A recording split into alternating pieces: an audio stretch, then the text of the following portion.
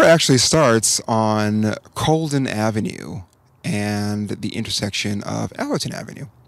And the reason it starts there is because Colden Avenue is named for a former mayor of New York City, the grandson of Cadwallader Colden, who was a slaveholder and quite a defender of slavery in colonial New York.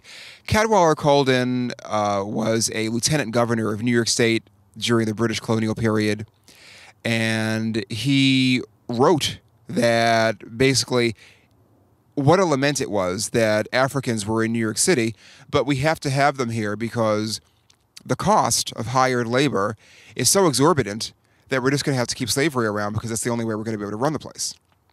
It is a historical fact that African Americans were first brought to New York City, which, let's remember, at that time in the colonial period was just Manhattan, as the first municipal labor force. And they basically cleared land, they built the foundations of buildings, and they also literally built Wall Street, which was a palisade to protect the European colonists from the Native Americans, who were starting to get clued into the fact that the Europeans were kind of here to stay, and they weren't really here to share the land with the Native Americans. They were here to claim it for themselves because they had a whole different perspective of what property meant.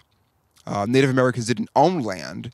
They saw themselves as part of nature, and they created no pollution, and they saw land as communal, whereas Europeans believed that individuals actually owned land as personal property, which was a completely different concept from Native American thinking.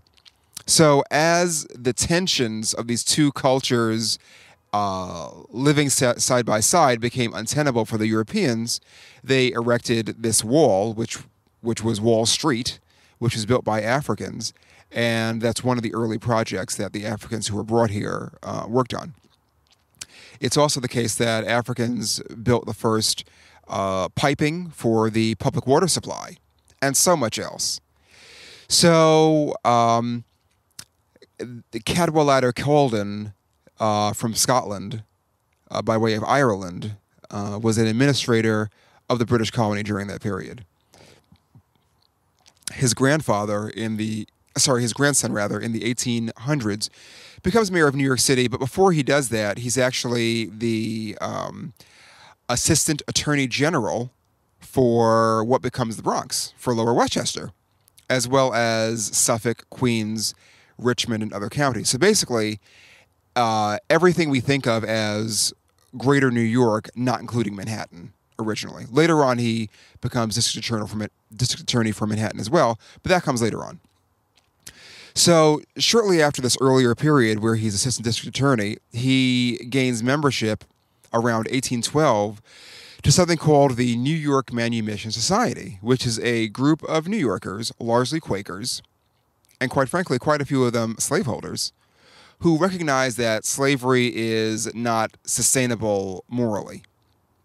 And they're very ambivalent about the end of slavery because, remember, these people are depending on enslaved labor to run everything. This is the world before mechanization and industrialization. So everything that we take for granted now that comes in packages was done by hand. You didn't buy butter in the supermarket because there were no supermarkets. You churned the butter locally, or if you were very wealthy, you might have had, a concession that would bring it to the house.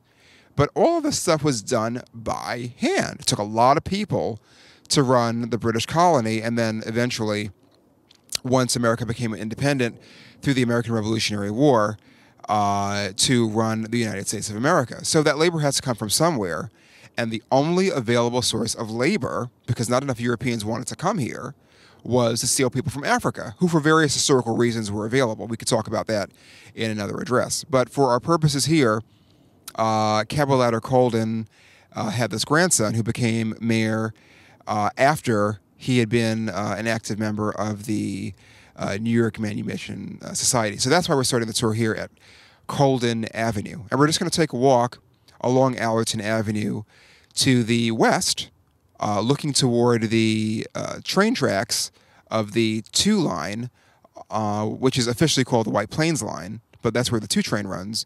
And we're going to stop at the intersection of Boston Road and Allerton Avenue, where there is a White Castle.